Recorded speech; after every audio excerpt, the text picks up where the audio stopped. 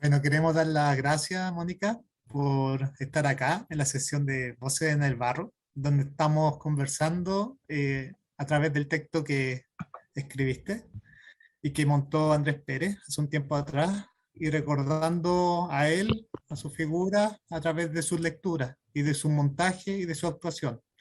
Entonces, por eso llegamos acá. Cristino nos recomendó este texto, Voces en el Barro, que estábamos conversando y que a todos nos gustó. Así que estamos muy agradecidos porque estás presente en esta sesión. Oh, gracias, pues que les haya gustado, qué bueno. Así- Eso, El cuéntanos un estilo poco, por como que favor, cómo fue la escritura, cómo fue el proceso. eh, de cómo partió la creación o, Sí, o sí, ¿cómo la escribiste? eh, ¿cómo la escribí? Mira, esto fue en un taller que me metí con Juan Radrigán, que es mi amigo, y yo siempre admiraba la forma de escribir de él. Y siempre le decía, pucha, sabes que me da una envidia cómo escribí, me da una lata. Y me dice, pero si escribes, no, le decía yo, nada que ver. Entonces me invitó a su taller, pero yo era muy tímida porque aparte que era súper vieja, pues, empecé a los 50 años a escribir. Ahora tengo 73, así que hace harto rato que es viejita la hora también. Y bueno, y como tenía mucho pudor y me daba como poco vergüenza, me dijo, ¿sabes qué, vieja? Te voy a ir a hacer las clases a la casa, en las primeras clases, y después vaya al taller que en ese tiempo lo hacía en el Teatro Cariola. Ya, pues, entonces fue a la casa y me dice, ¿sabes qué? Escribe una carta.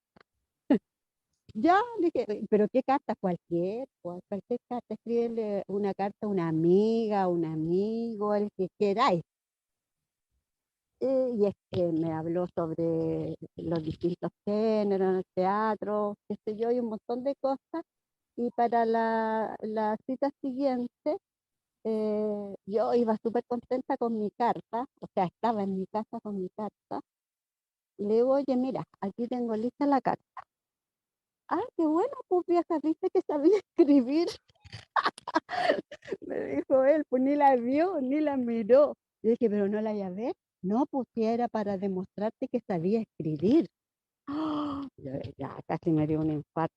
Ya, bueno, después me dio de tarea un monólogo. ¿Y de qué tipo? No tenía idea yo qué lo que era un monólogo, neófita total en términos de escritura, de dramaturgia, solamente yo admiraba su teatro, ¿cachai? Pero jamás se me ocurrió que podría escribir algo.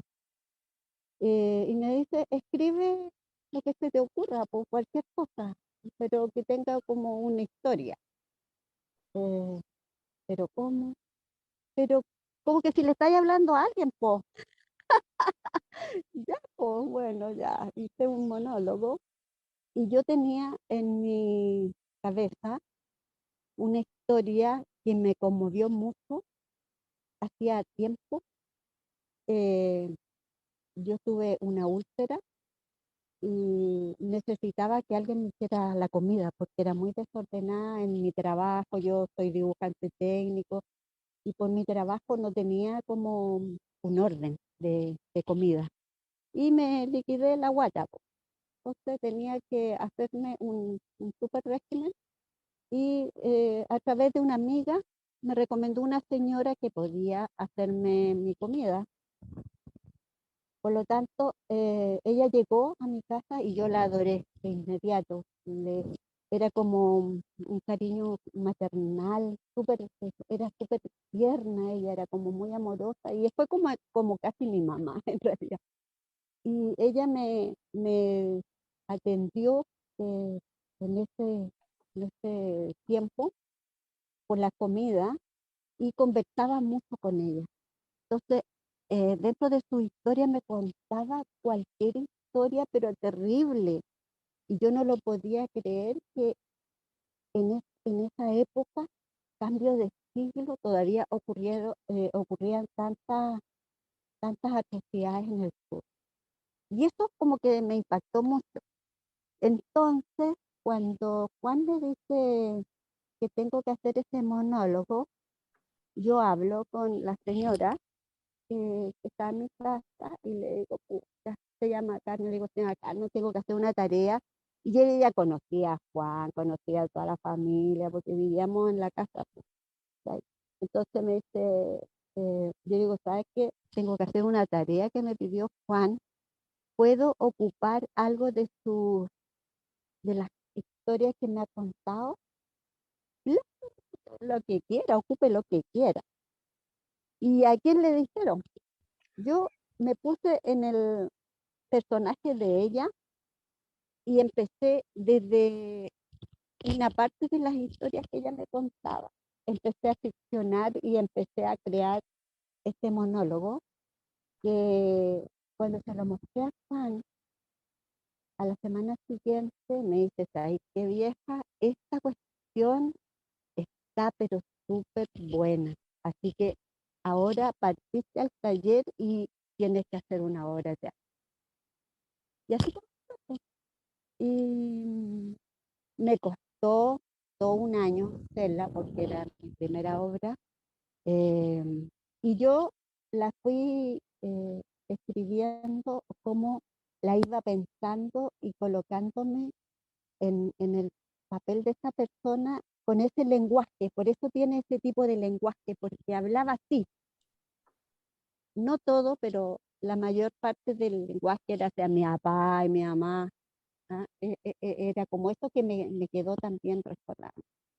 Así que así fue naciendo las voces, po.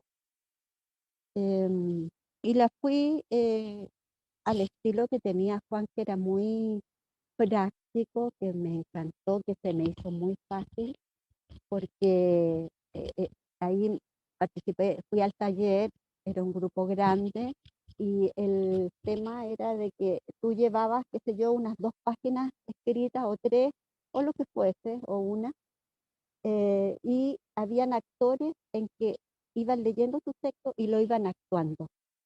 Entonces era muy fácil de poder seguir el hilo conductor, de ver qué es lo que estaba fallando, qué es lo que te faltaba y qué es lo que tenía que continuar.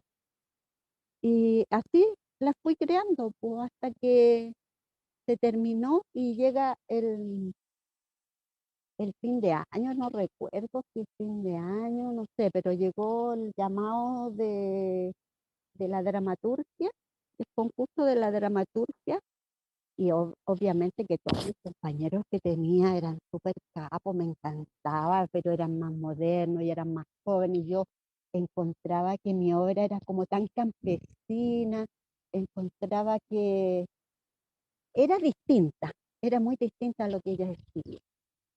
Eh, y llega este concurso, obviamente que yo no me iba a presentar. Y Juan me dice, pero estáis huevona, ¿cómo no te vayas a presentar? Estáis loca, esta obra de más que sale, ¿cómo tenés que tener confianza? Esta obra está muy buena. Lo que pasa es que como tú no sabías, pero mándala.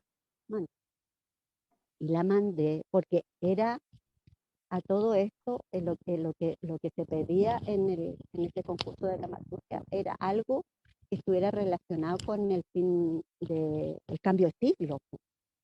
Esto era en el 99 al 2000.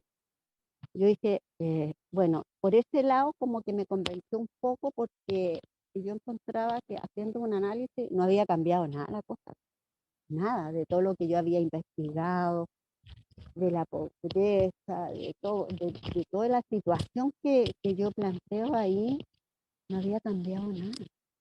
Así que eso me dio como un poco de ilusión, pero jamás pensé que la obra podía salir seleccionada. Y salió seleccionada. Y ahí quedó, así nacieron las voces en el bar. Súper, súper, qué linda historia. Y además es importante una cosa que tú destacas, que es la figura de Juan de Adrigán, y que lo generoso que era, todos los que lo conocimos más y menos, aunque sea un poquito, siempre tenemos una anécdota que tiene que ver con su infinita generosidad y que hace falta alguien que te diga, ya, escríbela, mándala.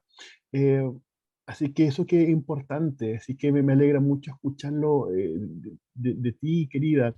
Y aquí se tuvo una última pregunta y después ya abrir como la conversación, por favor, a todos los integrantes. Em, Cuéntanos en tu escritura cómo pasaste del monólogo a las 5 voces. ¿Cómo fue ese proceso? ¿Por qué decidiste hacer eso? ¿Y qué significó para ti? Porque en la obra está, eso está marcado, o sea, son 5 voces con distintas personalidades, pero uno se da cuenta que comparten un mismo discurso, como una misma intención por hablar. Cuéntanos cómo decidiste y qué significó para ti ese cambio.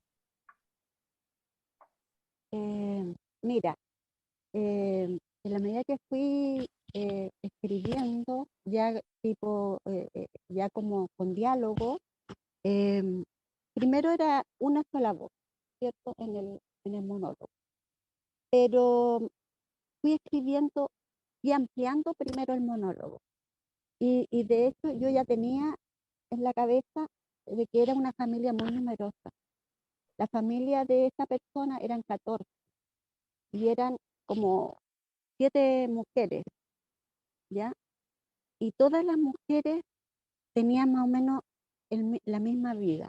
Entonces yo traté de armar y darle características a estas mujeres que fueron saliendo de a poco, porque no es que haya dicho ya voy a hacer esta obra con 5 mujeres, no. Primero fue una, luego me asaltaban otras cosas y necesitaba otra, y a medida que iba avanzando iba necesitando otra voz, como que las voces fueron saliendo solas, ¿ya? Entonces cuando me di cuenta que ya no me salían más voces, como que ya no tenía más textos como para convidarle a estas otras voces, em, y fui haciendo un diario de vida de cada persona. Ese fue mi estilo es lo que tengo yo, mi forma de escribir. Le hago un diario a cada persona con todas las características, las cosas que le gustan, las cosas que no, algunos dichos, algunos garabatos, como yo creo que todo el mundo lo hace más o menos similar. Y así fui creando estas voces, po, que todavía no tenían nombre, porque no podía ponerle los nombres de las hermanas de la señora Carmen, porque no podía ser algo como muy obvio y no era la historia de ellos, sino que era la historia como en general, como que fue mi punto de partida. Hay varias que son dichos que yo los ocupé tal cual, ¿sabes? Con el permiso de ella y todo. Entonces, eh, esto fui haciendo, y como cada vez yo me iba enamorando más de la obra, la iba encontrando, me iba como sensibilizando cada vez más. Habían eh, espacios que lloraba al escribir, me acuerdo y me emociono. Y por eso le coloqué nombre de flores, porque todas se llaman Malva, Margarita, Rosa, Lila, Hortensia. Perdona. No, por favor, Es, Mónica, es un regalo para nosotros, tú escucharte y escuchar esa emoción, porque además es una tremenda clase como de escritura que nos estás dando, también de cómo se escribe una obra de teatro o cómo se escribe cualquier obra o cualquier texto. Así que por favor te agradezco y no te preocupes, no sé si Cristian o Gaby o Romy tienen algo que les doy la palabra. Ahora me muteo.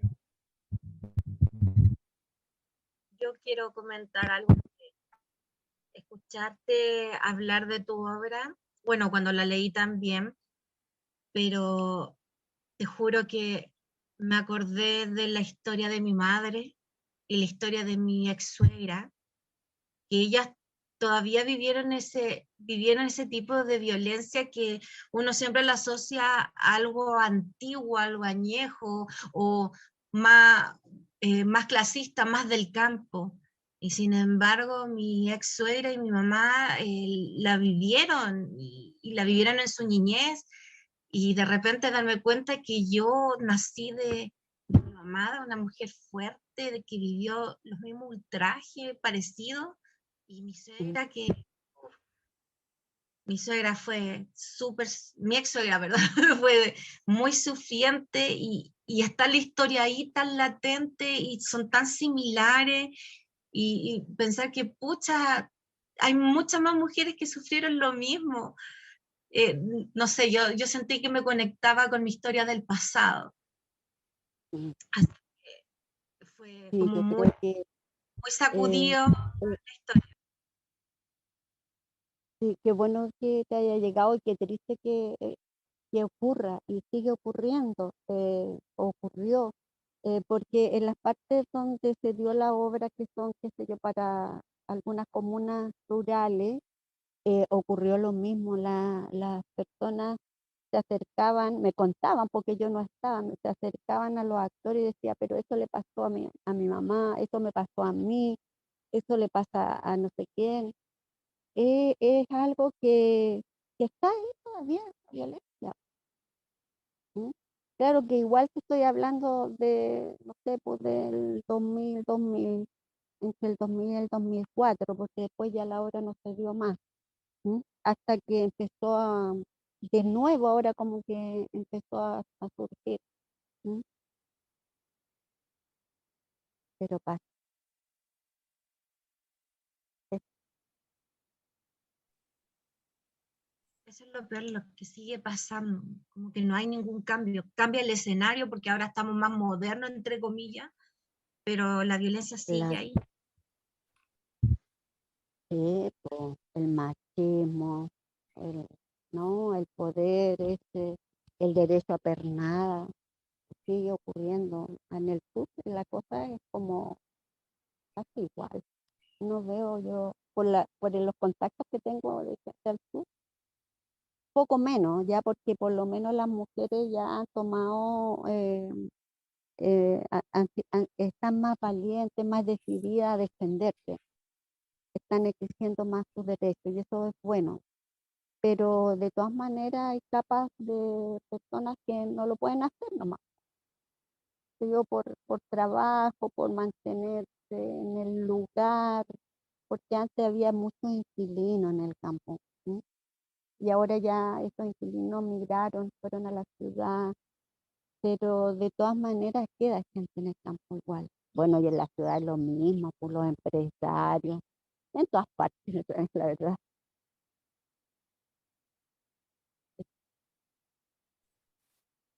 Gaby, ¿quieres preguntarle algo antes de hacer la pregunta yo? Más que preguntarle, te saludo Mónica desde Calama, desde el desierto, el contraste del sur.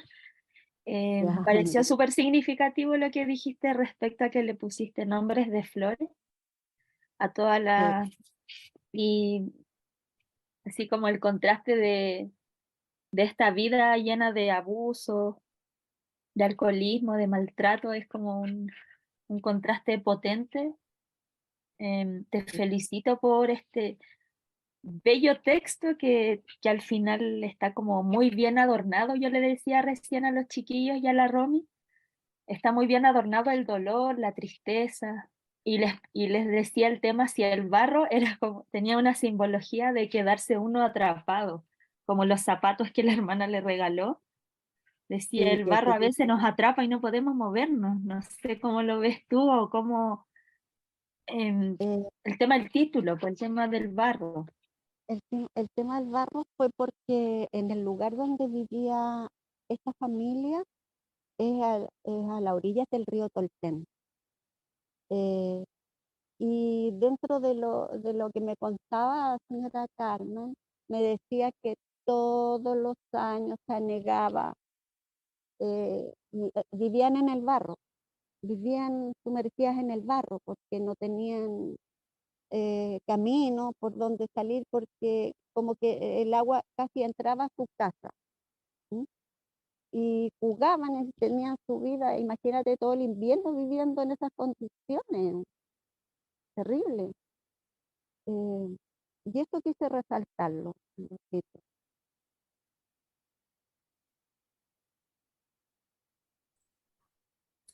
Eh, bueno, sí, yo repito las gracias y también me gustaría consultar, ya cuando vio montada la obra, su texto ahí, porque por lo que yo estuve viendo, estaba por un lado Andrés Pérez y por otro lado estaba otra opción que Enrique Cid, si no me equivoco, y Sí, también ha sido montado anterior por otras personas. No sé si cuando se montó, ¿qué le pareció? Si conservaron ese texto que, claro, fue acompañado, o sea, fue inspirado por los relatos de la señora Carmen y pulido un poco con Don Juan, ¿cierto? claro. ¿Cómo lo vio eso? Mira, fueron dos experiencias, las dos emocionantes porque me erizaba la piel. eh, y cada una eran distintas. El montaje que hizo André en un principio fue bien, eh, ¿cómo se llama? Es un estilo bien naturista o realista, no sé, pero a los ensayos que yo fui con él, estaban todas las mujeres desnudas, ¿ya? Estaban todas las mujeres desnudas, cubiertas de barro. Y al final de la obra se vestían. Y jugaban en forma muy lúdica como en el barro. Esa era como la muestra que tenía Andrés. El día antes de la puesta en escena estaba así. Y luego, el día de la que se mostró ahí en el anfiteatro, esto fue ahí en el anfiteatro que está detrás del museo, aparecieron vestidas, chorreantes de agua, así como en las fotos que yo le mandé, impactantes. Y las niñas salieron todas llorando, lloraban y lloraban y lloraban y lloraban. Entonces era tan impresionante, era tan impactante la situación y de que lo que yo había visto también era diferente. Y era el método que tenía Andrés de trabajar, después me explicaba, eh, porque en ese minuto las actrices odiaban a Andrés porque les había cambiado todo el sistema. Entonces, esa odiosidad se transformó en una potencia tan grande al presentar la obra que ellas lloraban todo el rato. Pero lloraban porque estaban choreadas con él. Para él, en ese minuto, Andrés representaba al Cap, ¿ya? Eh, Como que toda la furia contra el patrón Cap era para el Andrés y resultó una cuestión súper potente, impresionante, ¿ya? La del Enrique sí fue paralelo, porque a mí me ocurrió algo bien extraño, porque imagínate, va a ser novicia, primera obra, que saliera seleccionada, yo no la podía creer. Y como en el taller se hizo un festival, ya teníamos eh, organizado el festival, que era del taller de Juan Rodrigán, en el Cariola y todo. Entonces, como no sé, como en septiembre, sabían ya los directores que se habían eh, no elegido, sino que ellos se ofrecieron porque ahí no había plata, no había nada, había muy poco. Eh, el Enrique Cid eligió mi ópera y él la, la tenía ensayada y la tenía presentada. O sea, ya había visto ensayos de él. Estaba en ese proceso cuando la obra salió seleccionada. Entonces yo les dije a las personas que estaban a cargo de la muestra, ¿acaso podía presentar esta obra que estaba haciendo el Enrique Cid? Me dijeron que no porque era un trabajo que tenía que hacer la secretaría y que era otra cosa aparte y que tampoco la podía dar el Enrique Cid hasta después que se diera la muestra. Así que eh, menos mal que Enrique aceptó eso y se dio después, po, como a las semanas después de que la obra, porque o perdía o me retiraba de eso para poder hacer el Enrique, y ahí me dijeron no, el Enrique también me dijo nada que ver, si nosotros nos corremos y ya, anda con tu obra nomás. Así que eso fue lo que sucedió. Y también el estilo era como, era diferente, pero era igual, el texto lo respetaron los dos, todo, no se movió nada, ni un punto, parte, nada. Respetaron los dos el texto.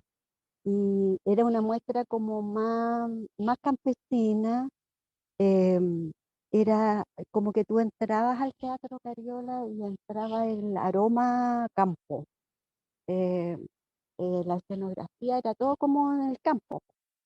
Y él quemaba como algunas hierbas pero era una delicia, era una suavidad dentro de toda esa tensión emocional que venía. ¿Mm? Linda las dos. Después, eh, un grupo que es de Valparaíso, eh, también ellas, pero fue el año siguiente, creo, se presentaron al Fondar y ganaron una itinerancia. La Miriam Espinosa era la directora. Y ahora quieren volver a hacerla después de 20 años, las mismas actrices. Así que ojalá que les resulte. Oye, se me cortó, ¿me escuchas? Sí, te No, escuchamos. se escucha súper bien, sí. Ah, ya, ya. Es que parecía que algo pasó en mi celular. No, estábamos atentos escuchando. Ya. Eso, pues, mm, esa experiencia he tenido con la... Y en Los Ángeles, porque yo soy de Los Ángeles, pues yo nunca soy de Santiago, pero vivo en Santiago hace como 30 años. En Los Ángeles conocí a Juan Rodríguez como en el año 82, 81, no me acuerdo, porque formamos un centro cultural y lo invitamos cuando recién tenía el Torbo Las Astas y esos consumados. Ahí yo me enamoré de la dramaturgia del pues, me encantó. Desde ahí que lo conozco, Juan, del 80 digamos que el 83, porque hacia finales del 82. ¿Mm?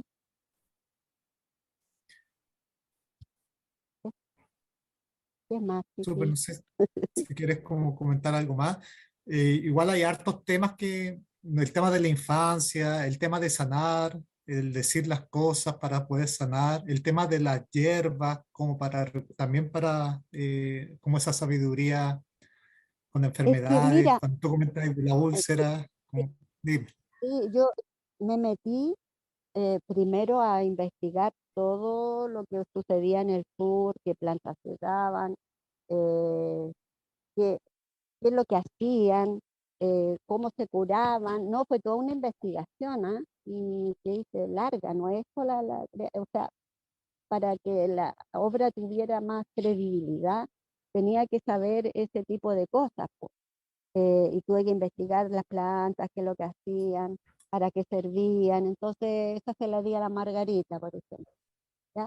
Em, de hecho, en ese tiempo había un catastro en que decía que Tolten era el pueblo más pobre de Chile, imagínate. Yo no sé en qué categoría está ahora. Entonces tuve que leerme la antropología de la pobreza, cómo nace la pobreza, por qué es la pobreza, por qué la gente del campo migra, como esta señora Carmen y sus hermanas vienen a trabajar a la capital, eh, tienen que salir de su lugar de origen, y pensando que su vida va a cambiar, que va a ser mucho mejor, que van a tener eh, ropa para vestirse, pero se encuentran con la misma violencia en Santiago, fija.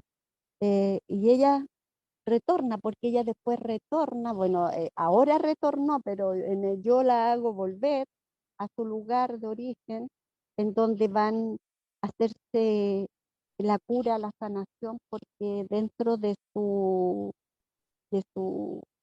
no quiero decir ignorancia, porque era muy sabia ella, pero de no educación tal vez, eh, creían de que si hacían este ritual, eso se les iba a pasar. ¿Cachai? Que todo lo mal que le había ido en la vida podrían sanarse, porque eso de matar al Jarpa, esa concepción es mía, pues no es que haya ocurrido, ¿ya? Pero es la historia de que yo creé en la obra. Entonces la vuelvo al lugar para que de una vez por todas se sanen, que tampoco no es así, ¿sí? Es la ficción.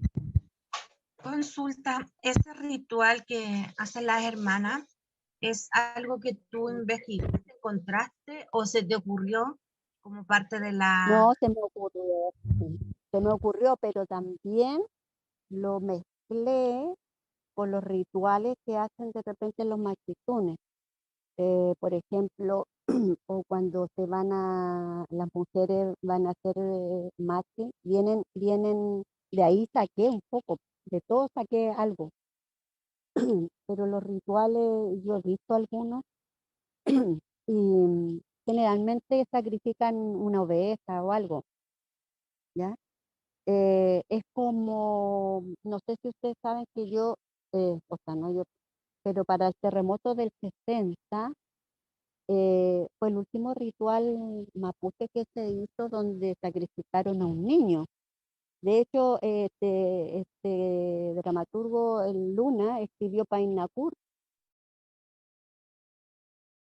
de eso, porque Painacur era el apellido del niñito que sacrificaron para el terremoto del 60. Yo quería escribir sobre eso también, pero también leyendo todo esto a mí me ayudó a formar este ritual que es súper sencillo, que era tocar la sonata, em, quemar las hierbas, lo que a uno lo que se me fue ocurriendo, pues. Fui sumando cosas. Y claro, como también eh, el fuego también purifica como el agua, entonces lo metí ahí como es. Consulta de esta obra que supongo que a lo largo del tiempo te han entrevistado mucho y te han preguntado mucho esta obra. ¿Nunca has querido modificarla, agregarle algo más? No, no porque ya no sería igual, no.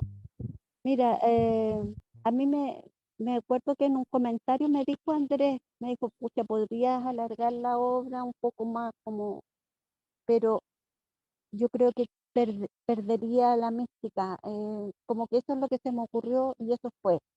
Y por otro lado, todavía le hago caso a mi maestro, a, a- a Juan, que cuando yo ya no fui, no es que no haya sido capaz, sino que como que se me cerró la obra, yo le dije, oye, mira, me sale esto nomás, ya no creo. Me dice, ¿tú crees que está bien así? Sí, entonces esa es. Si son 2 páginas, esa es. Si son 10, esa es. Si son 20, esa es. Es lo que tú, lo que te surgió para escribir. Entonces ya después se podrían modificar algunas cosas, pero agregarle algo más, creo que ahí está todo. Súper interesante. Yo me acordaba de mientras daba la respuesta de los elementos. Claro, se me había como olvidado ese detalle de que el padre miraba al fuego detenidamente y Sí, no decía claro, nada. claro. Y la madre pudo cruzar el río solamente después de Sí, muerta. sí, Pero quería preguntarte otra cosa sobre la madre. sí, La mujer, o sea, la historia es terrible, pero claro, contada por mujeres y la mujer igual, la madre en este caso, a pesar de su violencia a la hija, me da la sensación de que igual era un elemento de resistencia. Era de resistencia a Harpa, que era el latifundista, el patrón, claro, claro. porque antes de que, si ella no hubiese muerto, era imposible tener la tierra. Entonces ahí me conecta un poco con la cultura mapuche. No sé si tiene algún tipo de relación con los despojos o con la resistencia mapuche? ¿Cómo lo ves? Sí, sí, mucho. O sea, yo me he basado más bien en como la vivencia de los mapuches. De hecho, la señora Carmen es de origen mapuche, pero le cambiaron el apellido. ¿Se fija? Entonces tiene un apellido español, nada que ver. De ahí vienen los despojos, de ahí viene esa violencia, de cómo cambiarle, le prohibían hablar en mapudungún. Entonces, no, tiene mucho de mapuche la obra. De hecho, algunas personas dicen que son una hermana mapuche. Claro que son mapuches de origen, pero no tienen el apellido. ¿Ya? Y de hecho, a mí me gusta mucho la historia y sobre todo la de la Araucanía. Yo estudié en la Universidad de Temuco, en Temuco, pues en la Chile, en Temuco. Entonces como que me empapé bastante de los mapuches, porque siempre me llamó la atención el mapudungún, que estoy hablando de 50 años atrás, poco más. eh, y, y siempre tenía esa inquietud, siempre la tuve. Entonces yo creo que por eso mi escritura se fue por ese lado. De hecho, estoy escribiendo una obra que me llega a dar vergüenza, pero hace como 10 años, que no la puedo terminar, pero es sobre Caniqueo. Y resulta que Caniqueo fue la primera toqui mapuche. Y yo creía que era un hombre, porque así me lo enseñaron en el liceo cuando yo era adolescente y estudiaba y me enseñaban historia y donde te decían que los grandes caciques mapuche eran Lautaro, Caupolicán, Galvarino, Colo Colo y Canequeo. Y yo la metí en el mismo saco. Canequeo para mí era un hombre. Y no, po. Cuando fui leyendo la historia de mi ciudad, de Los Ángeles después, eh, ahí descubro que Canequeo es una mujer. Y yo dije, no, yo tengo que reivindicar el rol de la mujer mapuche de alguna manera. Y pero esto me pasó después de la posgrado. Y empecé a investigar sobre la Janequeo. Es poco lo que hay de ella, solamente son escrituras de cronistas españoles y, y me envolví con la Janequeo, estoy alucinada con la Janequeo, pero también de repente no me dejan paz y la dejo por años por ahí metida y aflora y ponte tú que ahora con la pandemia, que agradezco un poco la pandemia, porque igual yo soy bien solitaria, pero me ayudó a aprender mapudungún. Estuve para dártelo a la Janequeo, porque quiero que haya parlamento eh, en mapudungún, y además me metí en unos cursos de historia mapuche, que no vista por los historiadores academia, po, ¿ya? O son cosas que ellos nomás la manejan y no bajan ni al colegio, ni a la universidad, ni nada, sino que yo lo he hecho en forma de investigación nomás. Y me ha fascinado y cada vez me fascina más y como que todo se me vuelve más claro ahora con la revuelta, con todo lo que está sucediendo en la Araucanía.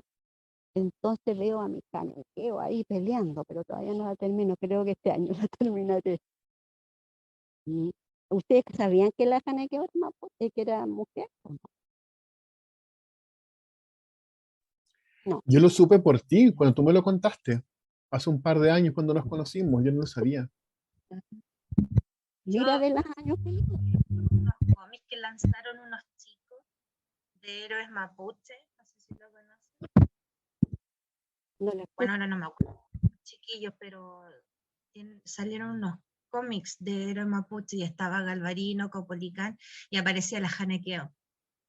Ah, y después, y ahora yo después, imagínate que, como te digo, hace muchos años yo con esta cuestión y a todo el mundo le preguntaba, yo le preguntaba, oye, ¿ustedes conocen a Haneke? Ah, sí, era un cacique, bla, bla, bla. Ah, ya, no, fíjate que no, y así. Y de repente empezó ya a salir más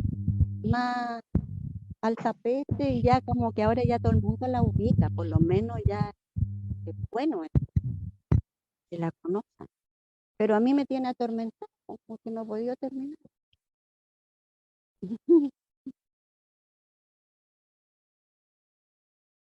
Nada que Ojalá. envidiar a las heroínas. Lo que pasa es que ¿Cómo? acá yo creo que nada que envidiar a las otras heroínas de la historia, porque siempre se ensalzan mujeres guerreras, pero que vienen de otros países. Y nosotros teníamos Ah, nuestra propia guerrera y no sé si imagínate, pues claro, para mí fue impactante porque en la primera Toki y en venganza, porque matan a Huepotaen, que es su esposo, que él era cacique, y bueno, son caciques mientras no están en la guerra, cuando van a la guerra se llaman Toki. Y ella cuando sabe que mataron a Huepotaen, toma el mando, y va al mando de como de 4.000 o 5.000 guerreros. Ahí lo que significa. Y salió a enfrentar a los españoles. Y lo lindo, oye, me estoy saliendo, parece de la cuestión, ¿o no? Eh, pero No, no, dale, sí, nos encanta escucharte y el que mejor es conocer tus proyectos y cómo funciona la cabeza de un artista. Así que dale nomás, querida. y fíjate que el- el- cuando ya se me fue la onda, están metiendo ruido por allá. Estaba con que Huepotaen muere y ella va, ¿cierto? Y toma el mando. Bueno, el tema es que a raíz de eso dio pie para que toda la Araucanía se sublevara y se produce la destrucción de las 7 ciudades. No sé si ustedes la han escuchado alguna vez. En donde los mapuches ganan, po, y sacan a, a todos los españoles de la zona de la Araucanía y en el año 1800, esto ocurre en el año 1775, por ahí, 75, 76, pero ya en el año 1800 ya han transcurrido como 100 años después de la, de la destrucción de las 7 ciudades, que los españoles ya no pueden entrar desde el Biobío hacia el sur, ¿ya? Y se firma el Tratado de Tapigüe, que es muy famoso el Tratado de Tapigüe, me he leído todos los tratados. El Tratado de Tapigüe es uno de los tratados que firman los criollos, nosotros, digamos, los chilenos, con los mapuches para lograr la independencia de Chile, ¿ya? Y entonces los chilenos le piden el apoyo a los mapuches, van a guerrear, logran la independencia, ¿cierto? En 1810 se logra la independencia, pero los traidores, nosotros los traidores, los chilenos, nos olvidamos del tratado. Y el tratado decía que desde el río Biobío hacia el sur, sobre todo entre el río Biobío y el río Tortén, era zona mapuche, solamente de ellos. Y eso hasta el día de hoy los siguen peleando sus tierras, po, y con mucha razón. O sea, nunca se respetó el tratado. Entonces, bueno, la Janequea fue como la impulsora de esta gran rebelión, gran revolución que se produce en esta zona. Por eso para mí es lo importante de la Janequea, que se conoce. Ya la voy a terminar, chiquillos, se la voy a mostrar. Sí, Uy, sí. Eso, voy entre medio también he escrito otras cosas, pero el tema, ¿sabes qué? Em, yo como no tengo mucha cultura teatral, no tengo los contactos de los grupos que hacen teatro, me dedico puro como a escribir, así que ahí tengo como 2 o 3 obras que dormía, se han leído y todo, pero no hay quien las haga, porque yo tampoco no tengo idea de esas cosas, así que bueno, yo estoy feliz escribiéndolas, aunque Juan me decía, las obras se hacen para mostrar. Pero cuando tú tenías un grupo, ¿qué hay que hacer? Nada, pues. Aparte que ya los grupos están establecidos, tienen un estilo, hacen sus propias obra en colectivo y que eso es lindo también, pues. Yo lo respeto y me encanta que hay muchas personas escribiendo, pero hay Exacto, exacto. Em, no sé si alguien más quiere hacer una pregunta, porque yo tengo una más, pero no sé si Romy, Gaby o Cristian tiene algo que quisiera comentarle a Mónica.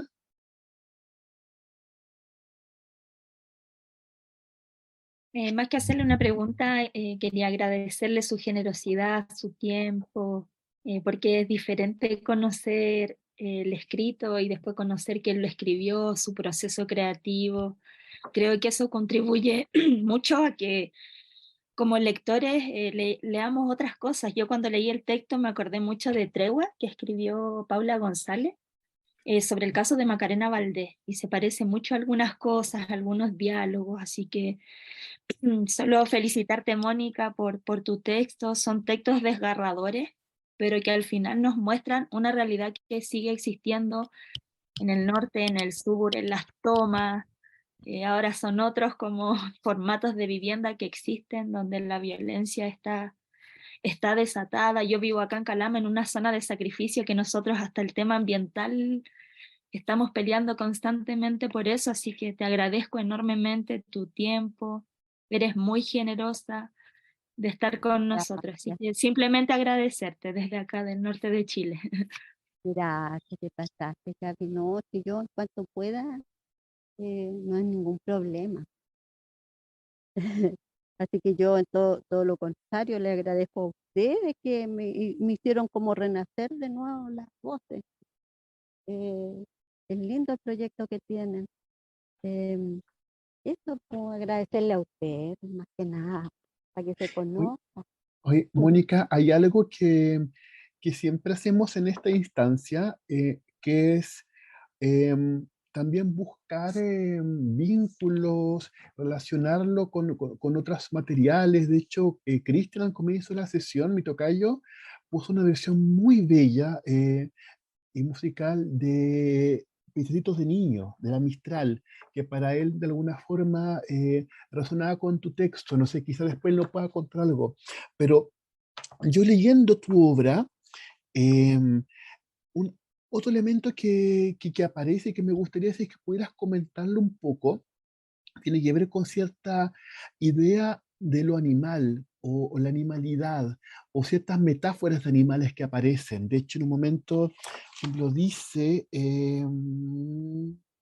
yo era una pájara, y hay expresiones así, pero en un momento dice también Hortensia, comíamos pasto igual que las bestias. Entonces, esta idea como de esta animalidad presente en este universo me llama la atención y me recordé un caso y un poemario que se llama La mujer gallina de Caro Castro, que no sé si tú lo conoces o te suena, Mónica, es un texto, un poemario que se publicó el año pasado, me parece, y que retoma de forma poética el caso de la mujer gallina, que no sé si tú te acuerdas, que es Sí, como lo del vi, 92, de una mujer llamada sí, Corina Limunao. Y quisiera leer un poema para dar, ya. que en un punto yo siento que dialoga en ciertos aspectos con tu obra. Y después, si nos puedes contar cómo, cómo funciona o no la idea como de lo animal en esta obra. Dice Los alambres. Paso la lengua por el alambre, sentir a qué sabe el encierro, el silencio hueco, el dolor incrustado en la piel. Lamo la sangre que gotea tras la costra seca, los piojos saltan en el alambre, cansados ya de chupar este cuero de gallina, pelos, plumas, paja, se pegan a la corona que inocente me hace reina de este chiquero. Ahí termina el poema. Mm, sí, impresionante sí, la metáfora.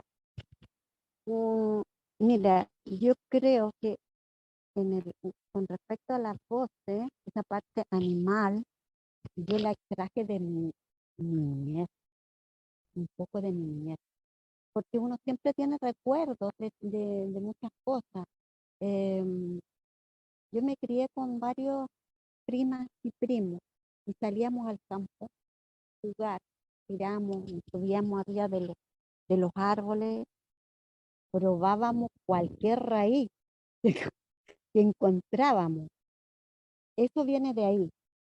Eh, y jugábamos, qué sé yo, hacíamos ensalada, jugábamos con los pollos chicos, los patitos, de repente se nos morían. O sea, viene de ahí esa parte de recuerdo que yo la traduje en grande, pero ya en una necesidad, porque era tanta la pobreza y el hambre que tenían esas personas que comían esas raíces. Pero como que lo traje de esa parte, ¿ya? Y, y con respecto a también vi cómo sacrificaban las ovejas. No sé si ustedes han escuchado la palabra ñaqui. El ñaqui es la sangre que sacan de las ovejas.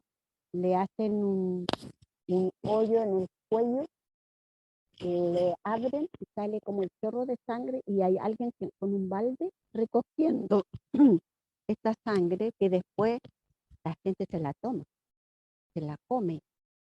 Y uno cuando es niña queda impactada, esas cuestiones jamás se te olvidan. Eh, y después le agregan sabores como limón, eh, cilantro, otras hierbas, otras verduras, y se las comen así como cuajado, ¿no? Para mí esa cuestión me impactó. Yo lo quise traducir ahí un poco esto, esa experiencia, ¿ya? Eh, más que, claro, y cuando niña como que el saber, el aprender, tú lo tienes en los labios también, pues, en el sabor, y vas recopilando recuerdos de sabores, olores y de todo lo que vaya encontrando cuando vas creciendo. No sé, por lo menos esa es como la experiencia que yo tuve. No sé si concuerda con lo que te respondo a lo que tú quieres saber. Sí, me responde mucho y como repito, siempre es hermoso poder conocer el trasfondo de la escritura, como algo que uno lee y se imagina cosas y las vincula con cosas, después lo enfrentamos con la experiencia de la autora y cómo ella va hilvanando y bordando su obra. Así que es muy buena respuesta, te agradezco mucho. No sé si Sí, Cristian o Romina o Gaby quieren continuar. Quería contarle que acá en el norte se hace lo mismo en el altiplano, pero con las llamas. Se le pone un vaso, pero en este caso no, algunos se toman la sangre y otras la tiran como a los cerros, como a los malcu. Y también se le saca el corazón a la llama y lo soplan. Entonces significa que la persona o los pasantes que hicieron la fiesta, si sopla y se infla el corazón de la llama, va a ser un buen año, o si no se infla como corresponde, no va a haber quizás la misma, el tema de las aguas, el tema de la cosecha, si van a haber más llamas, como que hay cosas que igual se repiten en los rituales, tanto en el norte como en el sur.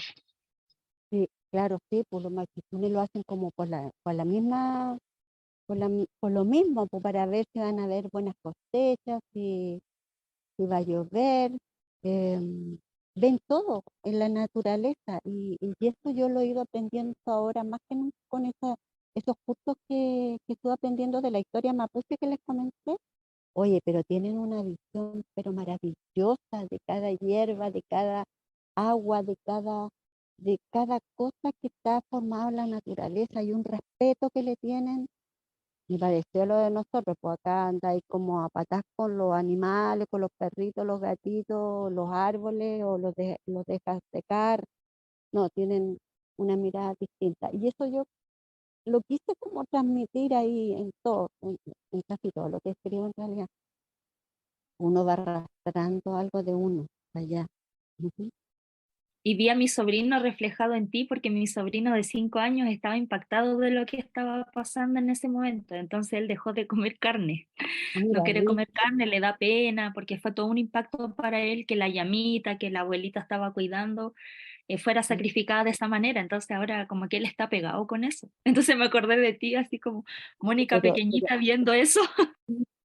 influye harto, porque yo, bueno, cuando chica tú no tienes mucha decisión de comer o no en mi tiempo.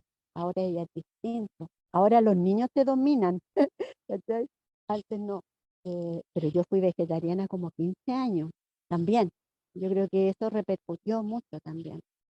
Y claro, pues me encantan los animales, me encantan. He tenido perros, gatos, ahora tengo un loro, una lorita. Y no, siempre he tratado de cuidar a los animalitos. Entonces me di cuenta en la investigación de las voces que la gente de campo es media bruta con los animales. No les tiene el respeto ni el cariño que le tenemos nosotros. Para ellos los animales son animales nomás, po. Entonces, si el perro te ladra mucho, le dan una patada, ándate para otro lado nomás. ¿Te fijas? Mientras que uno no, tampoco no me gusta caer en la humanización del animal, pero uno se encariña. Sí, Romy, ¿quieres comentar algo antes? Porque vamos a empezar a cerrar, para como liberar a Mónica, así que algo, un último comentario, una última pregunta que quisieras hacer. Gaby también después, y Cristian también. Sí, mi pregunta sobre tu hora de janiqueo, ¿no te preguntaste alguna vez si por escribir sobre ese personaje podrías encontrar gente que no le gustara, que reclamara? Por ejemplo, los mismos mapuches. Yo también he tomado cursos de mapudungún y por lo menos me han tocado muchas personas muy amables, abiertas en enseñarte, pero la otra vez asistí a no sé cómo le llaman, simposio, cátedra de literatura indígena, y el poeta que representaba a los mapuches, todo su discurso era como súper agresivo, era como retándonos, y te hacía sentir como que no tenías derecho a ingresar a ese mundo. A lo mejor lo interpreté yo así, pero así se sintió en su momento. Entonces, de repente, cuando uno tiene ganas de escribir temas relacionados con los mapuches, porque yo, por ejemplo, estoy escribiendo poesía, de repente está ese temor, el decir chute, y si a ellos les molesta, si se enojan o no quieren que un winca, como nos tratan, se metan en ese mundo. ¿Has tenido esos temores, esas dudas? No, no, porque mira, tienes que partir de la base de que cuando uno escribe, ya sea poesía, prosa, eh, dramaturgia, novela, lo que quieras, eh, es el lugar de donde uno es más libre que cualquier persona. Tú puedes escribir lo que se te ocurra, porque si te estás poniendo, te estás censurando ya, significa que no lo vaya a lograr. Da lo mismo que se te tiren encima o no. Es tu proyecto, es tu forma de ver la vida, pues, es distinto.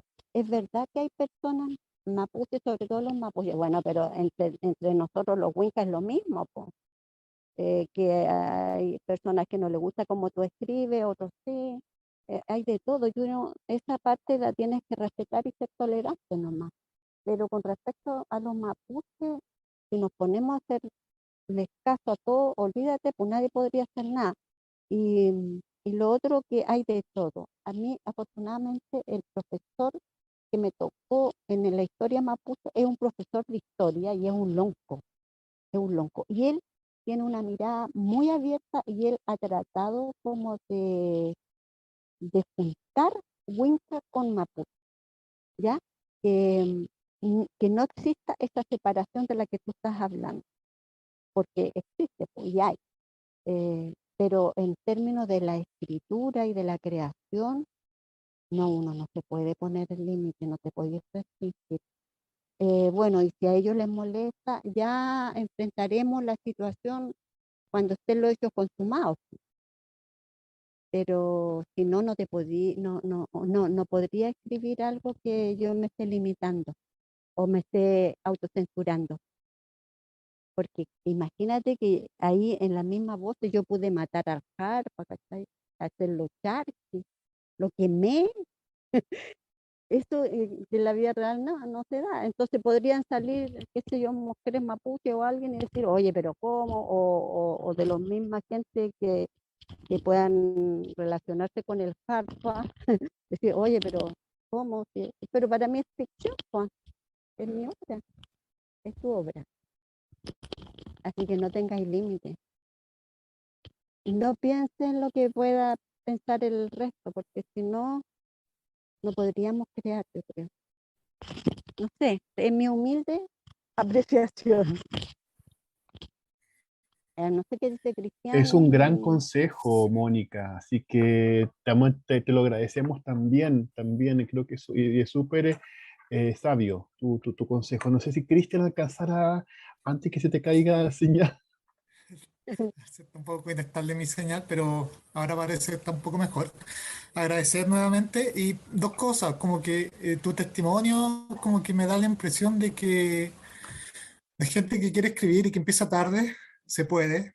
Tú empezaste entonces, escribiste esta historia a los 50. sí, Seguramente la señora Carmen era mayor, entonces son historias que relatan, y la Malva, que es la hermana mayor, es la que cuenta, empieza a contar la historia también en el texto. Entonces son la gente que mayor, la que cuenta, y eso me gusta mucho, me trae como esperanza. Y agradecer eso, y también por otro lado, agradecer con el texto de sacar las cosas que uno tiene y botarlas, como ese acto liberador de, de decir las cosas, de la palabra. Y eso también quería agradecerte, Mónica. gracias. Sí. No, es que si no somos libres escribiendo, ¿de a dónde, po? Si no, ¿para qué? ¿Cierto? Sí. Eh, Bueno, esto parece que como que sería todo, Cristo, ¿o no? Sí, sí, y eso, y volver a agradecerte tu presencia y tu tiempo con todas las dificultades de Zoom, de los celulares. Así que otra vez muchas gracias. Vamos a estar atentos y atentas a tus pasos. Así que avísanos de tus actividades, avísanos cuando salga la Hanekyo también. Yo le contaba a Cristian antes, hay un texto tuyo que está en esta antología de dramaturgas que publicó Oxímoron. Así que también te pueden Claro. encontrar ahí. Ah, sí, en las mismas voces, po, en las mismas voces. Lo que pasa que este grupo de investigadoras, estas chicas, son actrices, pero se han dedicado más a la docencia y a la investigación. Ellas hicieron un estudio de dramaturgas del siglo XX que no están visibilizadas. ¿Sabes? Entonces, eh, para mí fue un honor que pudieran poner mi obra igual, porque igual a mí no me conoce ni nadie, pues, ni el de la esquina, eh, y la colocaron. Pero fue en el contexto de hablar sobre la violencia. Entonces hicieron una recopilación de mujeres dramaturgas de ese siglo que hablaban sobre la violencia y la terminan con la mía, que es la más violenta, digamos, es la más. Tendrían que leer un poco el análisis que hacen ellas, que es muy interesante. ¿Mm? Genial, lo vamos a buscar entonces. Así Se que eso llama también, Evidencia. sí, evidencias. Lo publicó Oxímoron el año pasado o antes pasado, si mal no recuerdo. Parece que fue el pasado, yo no me acuerdo tampoco. Pero igual ellas vienen de antes de la pandemia, pues, de antes de la pandemia, Sí, sí. están haciendo este Y, trabajo. y también Sí. ojalá que pronto vea la luz Hanekeo, si se monta o no se monta, ya eso es distinto, pero por último que se pueda Claro, leer y que podamos escuchar tu texto. Yo creo que va a ser importante poder conocer esa obra, así que también avísanos y sigamos en contacto y también te volvemos a agradecer. Así que eso, muchas gracias Claro, también por la eso sesión, no, gracias. Gaby, Romy, Tocayo, ha sido un gusto y seguimos, nos encontramos en un par de semanas más, Cristian, con la negra ya directamente, ¿cierto? Ahí estamos con las décimas de la negra Esther. Así que eso, estamos muy contentos de este proyecto. Eso. Sí. Oye, bueno, que les vaya súper bien, muy lindo el trabajo que están haciendo. Y el otro día estuve hablando con la Rosa Ramírez y claro, es amiga de el otro Cristian, ¿o no? ¿O O no? sea, claro, así Es fue el que la Participamos en Rosa, contacto. un curso, sí, sí, sí, y claro, queremos visitarla a fin de año. claro, sí, porque le comentaba yo que estaba yo con esta cuestión, esta preocupación de la entrevista y del club que habían hecho de Andrés, que estaban recopilando todas las obras que él había montado, ¿cierto? Ese es, ¿no? Sí, Sí, o sí, sea, es una Entonces, selección, porque obviamente hizo mucha obra él, y al menos en esta ya, primera instancia hicimos algunas, pero obviamente quedaron un montón que quedaron afuera, porque más lo lindo del ¿cómo Andrés que que quedó él la como mía? que eh, él no solamente montaba obras de teatro o textos teatrales, sino que también adaptaba poemas, novelas, y eso es lo rico para un club de Claro. lectura, haber poder leer el Popol Vuh, los textos de Alcalde, Ah, eh, la Isidora Aguirre, justamente, que creo que en un punto hay conexión que creemos leemos Lautaro, de Isidora Aguirre, y creo que es un texto, es una autora que dialoga contigo, o sea, que hay una relación. Así que también hemos hecho, y yo creo que y quizás lo vamos a repetir, incluyendo más textos, porque nos queda harto como para seguir claro. viendo cómo el Andrés elegía textos y cómo los leía. Y, y en esta pasada, Mónica, también leímos el primer cuento, que fue el último cuento o sea, obra que estaba trabajando Andrés Pérez, que es Viaje a la semilla, Origen del Barro, viaje a la semilla. Viaje a la Semilla, que también habla del barro, perdón, de Alejo oh, Carpentier. Así que hay tres obras que se conectan con el barro, así que es súper, y con el origen en el fondo. Y sumando a Popol Vuh, que también se puede decir de esa manera. sí, pues no, sí, yo vi Popol Vuh hace miles de años atrás. Oye, pero para mí también fue un regalo, pero increíble que Andrés le gustara la obra, porque los directores tenían que elegir las obras. Y a él le gustó la mía, así que qué más honrada yo de que Andrés dirigiera la obra, estaba yo feliz. ¿Sí? Y bueno, pues le agradezco a ustedes, a Andrés, a toda la gente que le guste la obra.